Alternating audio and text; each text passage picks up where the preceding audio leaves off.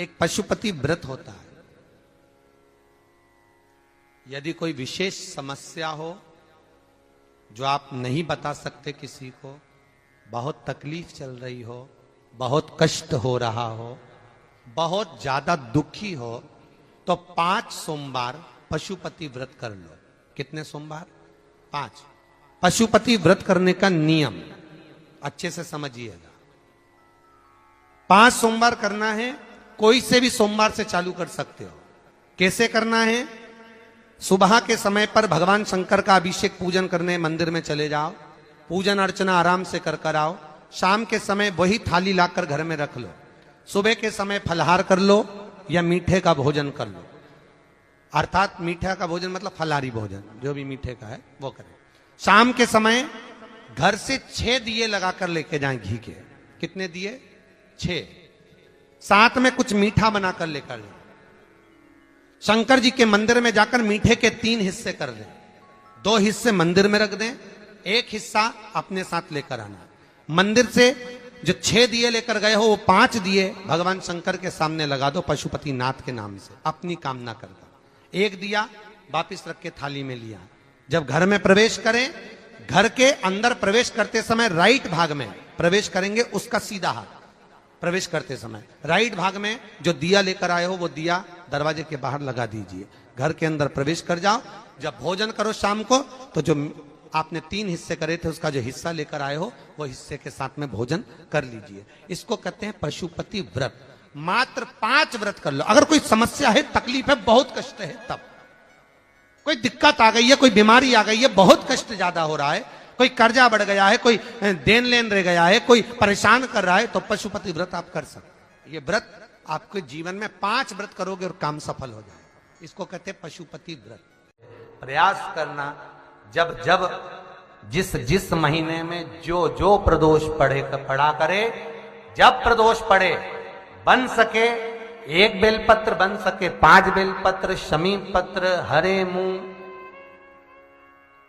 हरा मुंह, बेलपत्र, एक कलश के अंदर थोड़ा सा पानी लेकर 1 बेलपत्र, हरा मूंग, शमी पत्र डालकर और उसमें थोड़ा सा गुड़ डालकर भगवान शिव का स्मरण कर कर प्रदोष काल में, मान लो कोई काम आपका बहुत जरूरी है, बहुत दिनों से आप थक गए हैं, नहीं हो रहा, कर्जा बढ़ रहा है, धन नहीं आ रहा, व्यापार नहीं चढ़ रहा, या कोई समस्या बहुत प्रबल है, कोई एग्जाम में बैठ रहे हो, नहीं हो रहा, परीक्षा भी दे दी है, रिजल्ट आने ही वाला है, तो भी प्रदोष काल में, प्रदोष के समय वो जल, मूंग, शमी पत्र और बेलपत्र और गुड़ का शंकर के शिवलिंग को समर्पित करना प्रारंभ कर दो।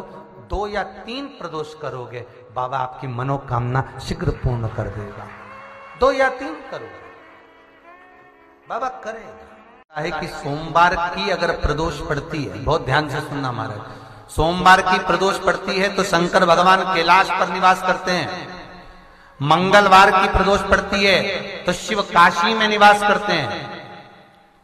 बुधवार की प्रदोष पड़ती है तो शिव रजत भवन में निवास करते हैं। गुरुवार की प्रदोष पड़ती है तो शिव गंगा के स्थल पर निवास करते हैं। शुक्रवार की अगर प्रदोष पड़ती है तो शिव नीलकंठ पर विराजमान होते हैं। शनिवार की अगर प्रदोष पड़ती है तो शिव शमी के वृक्ष के नीचे रहते हैं। और रविवार की जब प्रदोष पड़ती है तो शिव बेलपत्र के पेड़ के नीचे निवास करते हैं। महाराज, ये एकादशी शंकर से कह रही है कि आपका स्थान ये नहीं कि आप कैलाश पर मिले, उस बार को, उस तिथि के दिन, उस अनुकूल।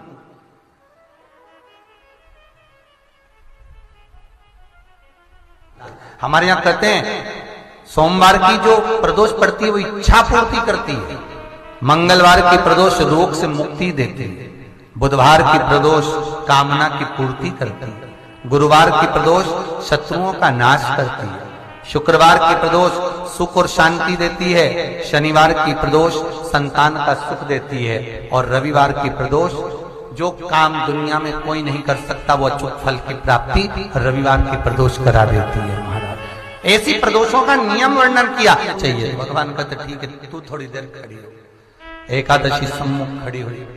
पार्वती जी ने जिस अंगुष्ठ का जल पीने के लिए लिया था हाथ में, बस पीने ही वाली थी, शंकर भगवान ने वही हाथ में जल लेकर एकादशी के हाथ में उसको देकर कहा, ले, ये मेरे द्वारा निर्मित एक व्रत है जिसे त्रयोदशी के दिन तूने मांगा है, मैं तुझे देता हूं।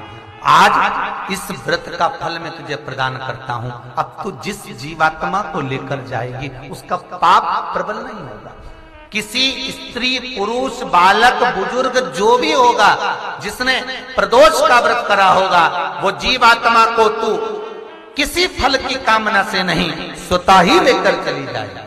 उसमें कोई कामना नहीं है। बन सके जीवन में 11 प्रदोष या 26 प्रदोष करने के बाद आप उसका उद्यापन कर विराम भी दे सकते।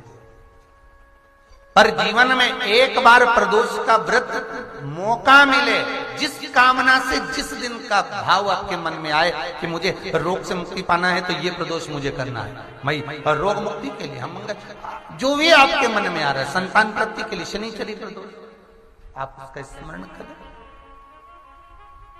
फिर लिखा शिव महापुराण में, बड़ा सुंदर लिखा वेदव्यास जी ने, मान लो आप प्रदोष का व्रत नहीं कर सकते, आप अगर व्रत नहीं कर सकते तो प्रदोष के दिन, प्रदोष काल में शाम का समय सूर्यास्त का कुछ पल, कुछ घड़ी के पहले से लेकर बाद तक का प्रदोष काल के अंतर्गत आप शंकर जी के मंदिर में जाकर 1 लोटा पानी, 5 बेलपत्र भी अगर समर्पित करते हैं तो संपूर्ण प्रदोष का फल आपके भाग्य में प्रबल हो जाए। शिव महापुराण में जिस प्रदोष व्रत का हम वर्णन करते हैं, जिस प्रदोष के दिन का आपको बधाई कल हमने दी थी कि प्रदोष की आपको बधाई हो, प्रदोष शाम का जो समय होता है, प्रदोष काल जो होता है, उसका वर्णन जब हम करते हैं, ये प्रदोष की पूजन का विधान किसने बनाया, ये प्रदोष की पूजन का नियम किसने बनाया, ये प्रदोष की संध्या काल का, प्रदोष के समय का पूजन का विधान कौन बनाया, ये प्रदोष के समय पर 1 बेलपत्र चढ़ाने का विधान किसने बनाया, प्रदोष के समय पर 1 समीपत्र चढ़ने का विधान किसने बनाया, प्रदोष के समय पर अगर मान लो कोई भिखारी से भिखारी व्यक्ति भी है जो ठेला चला रहा है, उसके पास में खाने के लिए कुछ नहीं है, फटे कपड़े पहन रहा है, उसकी जिंदगी में कुछ भी नहीं बचा और कर्जे में लदालूम हो गया, एक चावल का दाना अगर वो प्रदोष के दिन, प्रदोष काल में शाम के समय पर शंकर के शिवलिंग पर चढ़ा देता है तो 3 या 4 प्रदोष में उसका कर्जा चूकना प्रारंभ हो जाता है। प्रदोष का विधान इतना, ये प्रदोष का वर्णन करा किसने, इतना प्रदोष की महत्वता बताई किसने, कौन करे इतना वर्णन। अगर प्रदोष की महत्वता बताने वाला कोई है, इसीलिए मेरे शंकर भगवान माता सती को लेकर कुंभज ऋषि के यहाँ, अगस्त ऋषि के यहाँ कथा सुनने के लिए गए थे, क्योंकि उनके बराबर कोई शंकर के महत्व को बता नहीं सकता और प्रदोष के महत्व को नहीं बता सकता। सती मैया को प्रदोष का महत्व बताने के लिए शंकर सती जी को लेकर कुंभज बाबा के यहाँ गए थे, अगस्त ऋषि, कि प्रदोष के महत्व को तो जानो सती,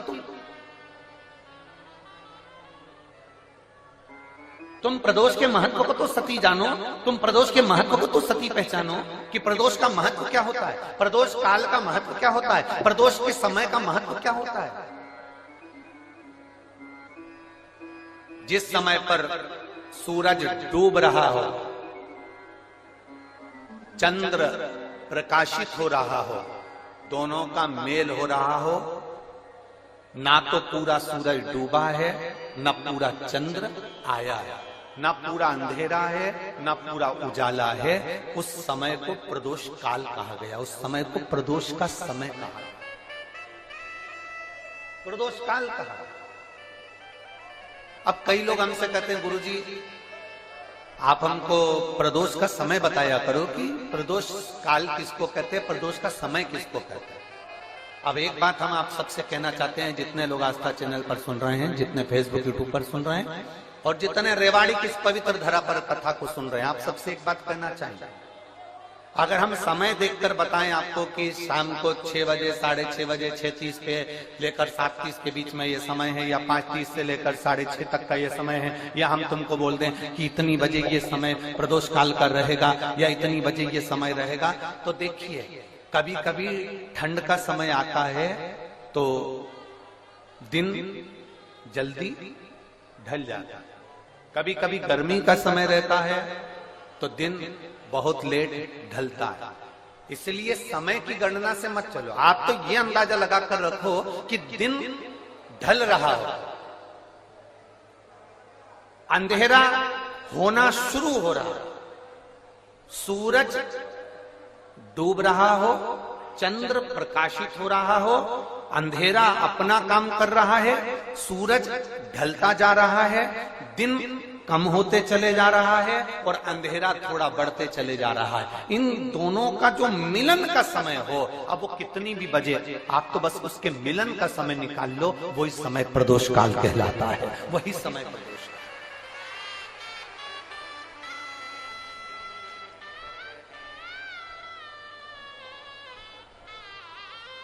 अब प्रदोष काल की पूजन का विधान किसने बनाया? कोई आपसे पूछे तो क्या बताओगे? कई लोग सर्च कर रहे हैं। प्रदोष का व्रत है, प्रदोष के व्रत में आज मान लो मंगलवार का प्रदोष है, मान लो सोमवार का प्रदोष है, मान लो गुरुवार का प्रदोष है, तो प्रदोष में मैं क्या खाऊं? आज के व्रत में क्या खाया आज? लोग नेट पर सर्च करते हैं, लोग गूगल पर सर्च करते हैं, किताबों में ढूंढते हैं, पोथी पुराणों में ढूंढते हैं, क्या खाया जाए।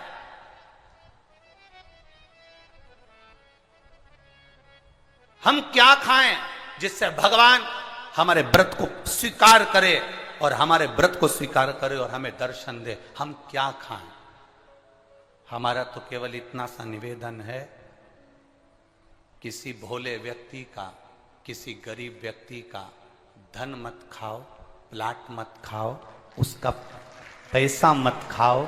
अगर तुमने उसका प्लाट नहीं खाया, उसका पैसा नहीं खाया, उस गरीब व्यक्ति का, उस भोले व्यक्ति को तुमने धोखा देकर कुछ अगर खा लिया तो समझ लो कि भगवान तुम्हें माफ नहीं करेगा। तुम कुछ खाओ चाहे मत खाओ, पर किसी सीधे, किसी भोले और किसी गरीब व्यक्ति का हक मत खाओ, तुम्हें व्रत का फल मिल जाएगा, तुम्हें व्रत का फल प्राप्त हो जाएगा। प्रदोष व्रत का नियम जो आप ले रहे हैं, प्रदोष व्रत को जो आप श्रवण कर रहे हैं, उसको जरा ध्यान से सुनिएगा। सबसे पहले स्नान ब्रह्म मुहूर्त का, सुबह का, उसके बाद में फिर आसन पर बैठकर भगवान की भक्ति को धारण करना, शंकर का अनुमोदन करना, शिव भक्ति में डूबे रहना, शंकर का स्मरण करना, शंकर के नाम का स्मरण करते रहना। ये प्रदोष का मूल तत्व। महाराज,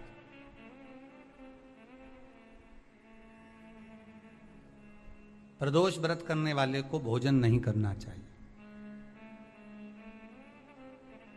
ध्यान दीजिए। फलाहार करो, उसमें भी नमक का सेवन मत करो। प्रदोष व्रत में नमक का सेवन वर्जित होता है। कारण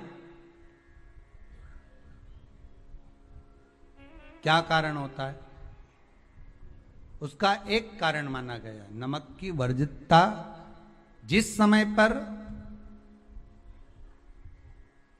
एक नगर में एक ब्राह्मणी रहती थी, बहुत भाव से सुनिएगा, प्रदोष व्रत, नमक को त्यागने का भाव। प्रदोष व्रत की किताब में भी मिल जाएगा आपको, आप पढ़ेंगे तो सुना होगा आपने। एक ब्राह्मणी रहती थी एक नगर में, उसका पति नहीं था, छोटा सा बालक एक साथ में रहता, छोटा सा बालक। अब ब्राह्मण के घर की धर्म पत्नी है,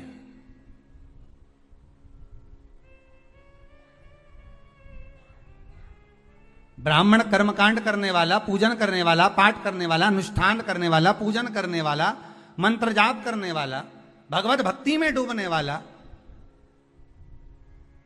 ब्राह्मण तो चले गया, ब्राह्मणी बच्चे के साथ रह रही,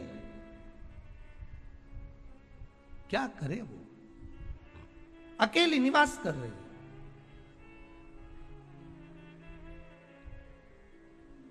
अकेली रह रही है। और ब्राह्मणी बच्चे के साथ भ्रमण करती रहती, घूमती।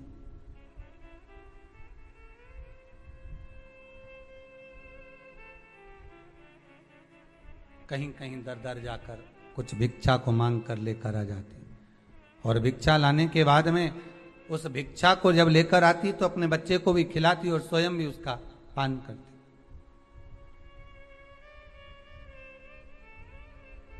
एक दिन ब्राह्मणी भ्रमण करते करते प्रदोष काल के समय पर शिव मंदिर में प्रवेश करी। प्रदोष काल के समय पर, और शंकर मंदिर में जब प्रवेश करा, प्रदोष काल किसको कहते हैं? सूर्य अस्त हो रहा हो, रात्रि प्रवेश कर रही हो, दोनों का जब मिलन हो रहा हो वो प्रदोष काल कहलाता है। दोनों का जब मिलन हो रहा, सूर्यास्त हो रहा हो, रात्रि अपना चरण बढ़ाने के लिए आगे बढ़ रही हो, और दोनों का जब मिलन हो रहा है वो प्रदोष काल है, वो प्रदोष का समय है।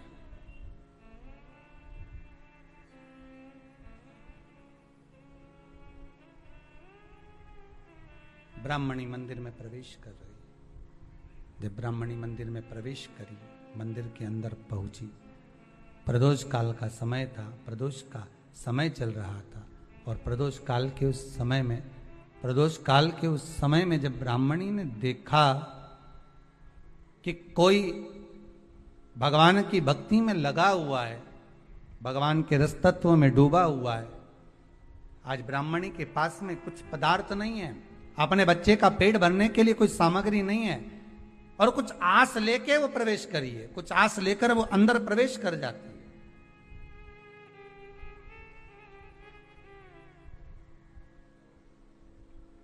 कोई ऋषि की पत्नी, कोई ब्राह्मण जन की अर्धांगिनी उस प्रदोष के समय पर शंकर का अभिषेक पूजन कर रही थी, भगवान शिव की आराधना कर रही थी, भगवान की भक्ति में डूबी हुई थी। बोला सब, इस कथा को हम अखंड शिव महापुराण के रूप में बांचना चाह रहे थे। अखंड, अखंड सौभाग्यवती के भाव से, अखंड वैभव के भाव से, अखंड संपदा के भाव से। जैसे 3 चीजें हैं अखंडता में मानी जाती है, एक बेलपत्र, दूसरे नंबर पर अक्षत चावल का दाना, तीसरे नंबर पर शमी का पत्र, अखंडता में माना जाता है। याद रखना,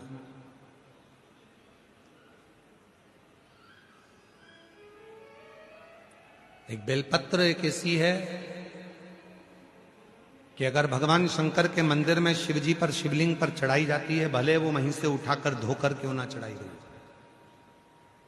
तुम 1 हफ्ते तक भी अगर मंदिर नहीं आए हो, और अगर एक बेलपत्र तुमने, मान लो आज तुमने एक बेलपत्र चढ़ा दी और घर गए, या रात को या दूसरे दिन तुम रजो धर्म से हो गए, रजस्वला हो गए, मंदिर नहीं जा सकती 5 दिन, 6 दिन, 7 दिन, या कहीं जाना पड़ गया, तो क्या कहते हैं कि हमारा जल चढ़ाने का नियम टूट गया। कोई कहता है मेरा ये पूजन खंडित हो गया। नहीं, शिव महापुराण बड़ी सुंदर बात कहती है, एक बेलपत्र, एक शमी पत्र और एक चावल का दाना, ये 3 ऐसे हैं जिनको अखंड माना है। यदि आप रोज शिव जी के मंदिर में आप जल चढ़ाने का नियम रखा है, और आपको मालूम पड़ा कि मेरा रजो धर्म इस तारीख को आने वाला रहता है, तो 2-3 दिन पहले से या तो शमी पत्र या चावल का एक दाना या बेलपत्र शिव को चढ़ाना प्रारंभ कर दिया करो।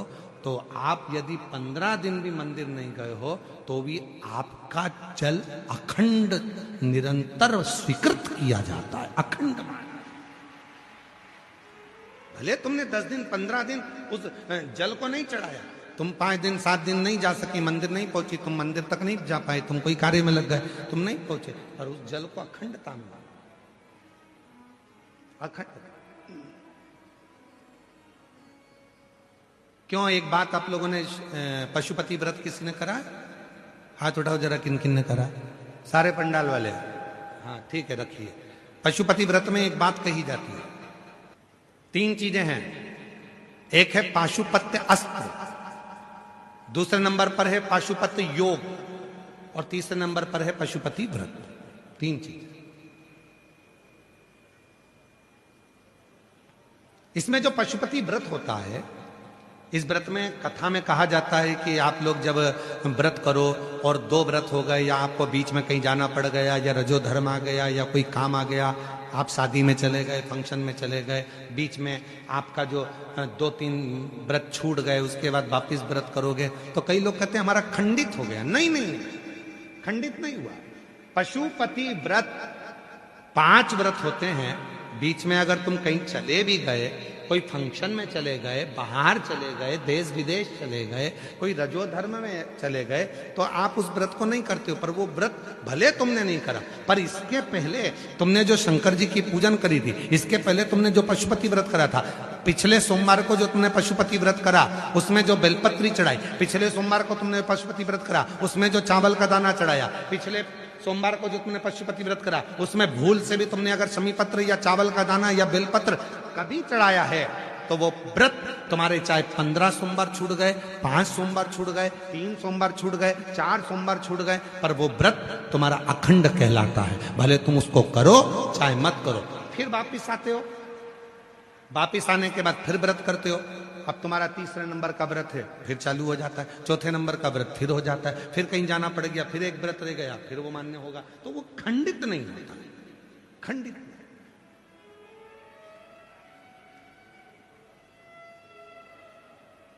अखंड है। और कितनी सुंदर बात कही। तुम्हारे घर में कोई लक्ष्मी जी की मूर्ति है, गणेश जी की मूर्ति है, ठाकुर जी की मूर्ति है, विष्णु जी की मूर्ति है, देवी देवता की मूर्ति है, खंडित हो गई है, तो किसी ने कह दिया कि ये खंडित हो गई घर की मूर्ति, इसको तुम विसर्जन कर दो। ना ना, किसी का एक्सीडेंट हो जाता है, हाथ टूट जाता है, तो घर के बेटे को बदल दो कि क्या? घर की जो मूर्ति होती है वह छोटी होती है, छोटी मूर्ति। तो शिव पुराण क्या कहती है? उस मूर्ति के आसपास में कहीं पर भी एक चावल का दाना या एक बेलपत्र या शमी पत्र उसके आसपास में कहीं पर भी रख दो, वो मूर्ति खंडित नहीं, अखंड कहलाती है। वो खंडिता से बचा, उसमें खंडिता नहीं, अखंड का। शिव जी के कानों में पड़े हुए पद्म और पिंगल, 2 सर्प। आज भी वो 2 सर्प, शिव जी के कान के वो दोनों कुंडल कमाल कर जाते हैं। आज भी जिस बच्चे को दमा होता है, जिस बुजुर्ग व्यक्ति को, जिस स्त्री को सांस की तकलीफ होती है, जिस व्यक्ति को दमे की तकलीफ होती है, थोड़ी दूर चलकर हांपड़ी भराने लगती है, हाँप आने लगती है, सांस चलने लगती है, सारा इलाज करवा लिया, सब कुछ इलाज करवा कर देख लिया, तब शिवलिंग के ऊपर 2 पीपल के छोटे छोटे पत्ते पिपलेश्वर महादेव के नाम से शिवलिंग के ऊपर रखे जाते हैं। 2 पत्ते पीपल का, और 2 कटोरी में जल लेकर पद्म और पिंगल शिव जी के कानों के दोनों कुंडलों का नाम लेकर पिपलेश्वर महादेव के नाम से शिव जी पर दोनों कटोरी का जल या दोनों लोटे का जल उन दोनों पीपल के पत्ते पर चढ़ाया जाता है। उसको कटोरी में झेल कर लाया जाता है, सुबह, दोपहर और शाम। अगर 7 दिन 15 दिन लगातार रोज 2-2 बूंद जल या थोड़ा थोड़ा जल, अगर रोज पीपल के पत्ते का प्रयोग कर सकते हो तो कर लो, नहीं तो एक बार में जल लेकर आ गए, उसी को 4-5 दिन तक प्रयोग करो। धीरे धीरे हांपड़ी भराना कम हो जाएगी। चढ़कर देखना 4-6 सीढ़ियां, जब हाथ भराना बंद हो जाए तो समझ लेना कि मेरे शंकर भगवान ने तेरे ऊपर कृपा करना चाहिए। जिसकी हाथ भराती है, सांस भराती है, दमा चलता है, पसली चलती है। कई बच्चे ऐसे हैं जो दिन भर सर्दी ही सर्दी, पूरा कफ ही कफ जमा रहता है, वो निकलता ही नहीं है। डॉक्टर का भी इलाज करवा, डॉक्टर की भी दवाई लो, क्योंकि डॉक्टर शिव का एक रूप होते हैं, और साथ में पिपलेश्वर महादेव का स्मरण कर कर 2 शिव जी के कान के जो 2 कुंडल हैं, क्या नाम है उनका? जम के बोलो। पहले का नाम है पद्म, दूसरे का नाम है पिंगल। जम के बोलो, क्या नाम है उनका? फिर से बोलिए, पदम पिंगल। दो, जैसे ये शिवलिंग है, इस शिवलिंग पर दो छोटे छोटे पीपल के पत्ते रखकर 2 लोटा जल दोनों हाथों से पदम और पिंगल का नाम लेकर पत्ते रखोगे तो पिपलेश्वर महादेव के नाम से। कौन से महादेव? पिपलेश्वर महादेव।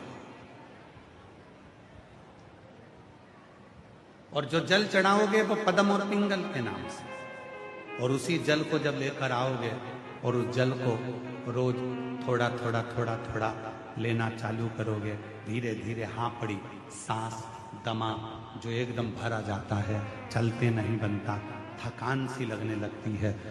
15 दिन के अंदर आपको लगने लगेगा कि मेरे भोले बाबा ने मेरा हाथ पकड़कर मुझे स्वस्थ कर दिया।